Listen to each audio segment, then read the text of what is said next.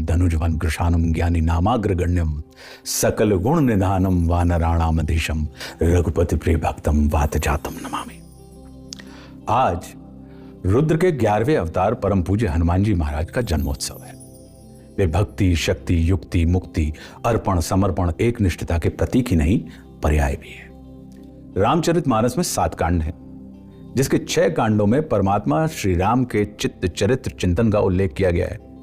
लेकिन एक कांड, जिसे हम सभी सुंदर कांड कहते हैं, उसमें भगवान नहीं अपितु भक्त राज परम पूज्य हनुमान जी महाराज के कृतित्व का वर्णन किया गया है कि वे कैसे लंका पहुंचते हैं और लंका पहुंचकर वे क्या करते हैं, कैसे करते हैं, इसका उल्लेख है। सुंदरकांड में हमें पता चलता है कि विद्वान और विद्यावान अर्थात हाईली क्वालिफाइड और वेल क्वालिफाइड में क्या अंतर है।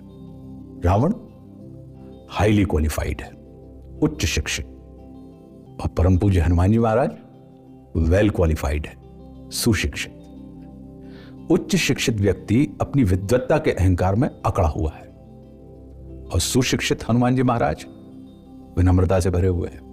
जहां विद्वान रावण ने दूसरे की शांति शक्ति स्वरूपा मातेश्वरी सीता का हरण किया है, वहीं विद्यावान हनुमान जी शांति शक्ति स्वरूपा माता सीता को रावण के समक्ष हाथ जोड़कर वापस लौटा देने का निवेदन कर रहे हैं कि तीनों लोग हाँकते कांपे, यानी जिनकी गर्जना मात्र से तीनों लोकों में कंपन हो जाता है, ऐसी शक्ति वाले महाबली हनुमान जी महाराज रावण के सामने हाथ क्यों जोड़ रहे हैं? उन्हें तो उसके हाथ तोड़ देना चाहिए। बस यही अंतर है विद्वान और विद्यावान में। विद्वान व्यक्ति भय से हाथ जोड़ता है और विद्यावान भाव से हाथ जोड़ता है, क्योंकि विद्यावान को प्रत्येक हृदय में परमात्मा दिखाई देता है। वो प्रत्येक हृदय में परमात्मा को स्थापित करना चाहता है। जहां विद्वान को परमात्मा से चाहिए होता है, वहीं विद्यावान को परमात्मा से नहीं परमात्मा ही चाहिए होता है। हनुमान जी महाराज के जन्म दिवस पर यथा नाम तथा गुण सुंदरकांड मेरे लिए क्या है, इसकी चर्चा मैं आप श्रद्धालुओं के साथ करना चाहता हूं। स्मृति का विस्मृति में बदलना, शक्ति होते हुए भी शक्ति का भान ना होना ही हमारे दुख का कारण होता है। इसलिए ऐसी मन स्थिति को असुंदर माना गया है। वहीं जब हमारी विस्मृति स्मृति में बदल जाती है, जब हमें स्वयं में प्रतिष्ठित शक्ति का बोध होता है, तब हमारे अंदर सुख का संचार होता है। सुख की अवस्था को सर्वाधिक सुंदर माना जाता है। जीवन में जैसे 7 जन्म होते हैं, विवाह में 7 फेरे, 7 वचन, लोगों में 7 लोक, 7 समुद्र, संगीत में 7 सुर होते हैं, वैसे ही रामायण में 7 कांड हैं, जिनमें सुंदरकांड 5वें पायदान पर आता है। संगीत में 5वें सुर पा को पराक्रमी स्वर माना जाता है। वैसे ही सुंदरकांड भी अपने अंदर पंचमहाभूतों के श्रेष्ठतम योग हनुमान जी महाराज की पुण्यता, प्रवीणता, पवित्रता, पराक्रम, श्री जामवंत जी के द्वारा हनुमान जी को उनकी शक्ति का बोध कराए जाने के बाद सुंदरकांड की शुरुआत ही इस कथन से होती है कि जामवंत के वचन सुहाए, सुनी हनुमंत हृदय अति भाए। और वे अपनी भूली हुई शक्ति को याद करके खड़े हो जाते हैं सामने फैले हुए 100 योजन लंबे समुद्र को पार करने के लिए। युग सहस्र योजन पर भानु लील्यो ताई मधुर फल जानू वाले हनुमान सामान्य सी बात थी। पुण्यता, पवित्रता, पराक्रम, पुरुषार्थ को प्रलोभन की कसौटी पर ही परखा जाता है।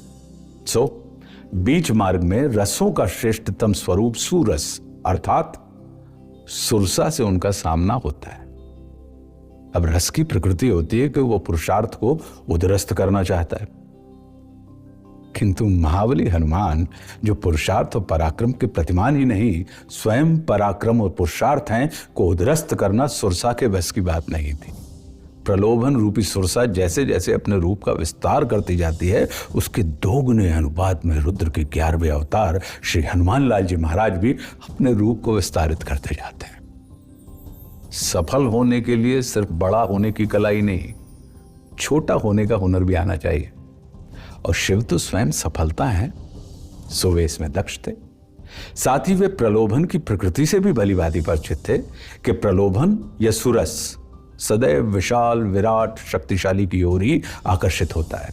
शुद्र, सूक्ष्म या लघु में उसकी रुचि नहीं होती।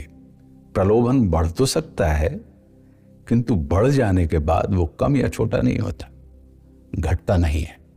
सो हनुमान जी ने अपनी बुद्धिमत्ता से पहले प्रलोभन रूपी सुरसा को अपने प्रति आकर्षित किया, उसे बढ़ने के लिए विवश किया और फिर स्वयं को छोटा करके उसके सामने अपने आप को नगण्य बना दिया और उसके मुंह में प्रवेश करके बाहर निकल गए।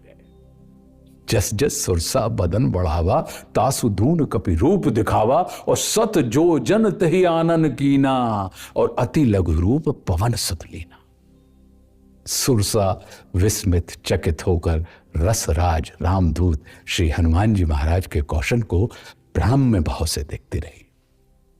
किसी को नष्ट करना है तो उसे नहीं, उसकी इमेज को नष्ट कर दीजिए, वो व्यक्ति अपने आप समाप्त हो जाएगा। यह आज का नहीं, अत्यंत पौराणिक नुस्खा है। इसका प्रमाण सुंदरकांड में मिलता है। समुद्र लांघते हुए महावीर श्री हनुमंत लाल जी का सामना एक ऐसे ही राक्षस से हुआ जो आकाश में उड़ते हुए किसी भी पक्षी की समुद्र जल में उभरी हुई परछाई को पकड़ लेता था, अर्थात इमेज को पकड़ लेता था, जिससे वो पक्षी अवश होकर आकाश में ही जड़ हो जाता और समुद्र के जल में गिर जाता। तब वो राक्षस बहुत सरलता से उसे अपना शिकार बना लेता। सो यही पैतरा उसने बजरंग लाल जी महाराज पर आजमाया कि गहरी छाए सक्सों ने उड़ाई, यही विधि सदा गगन छरकाई, और सोई छल हनुमान कह कीना, तासु कपट कपि तुरत ही चीना।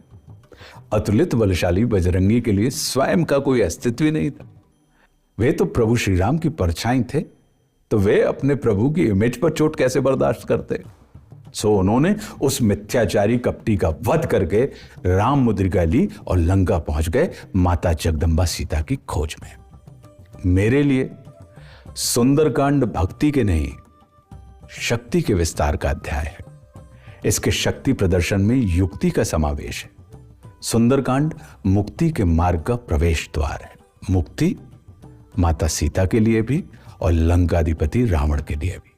सीता जी जो भाव सागर से उभरना चाहते हैं और रावण भाव सागर से छुटकारा पाना चाहता है।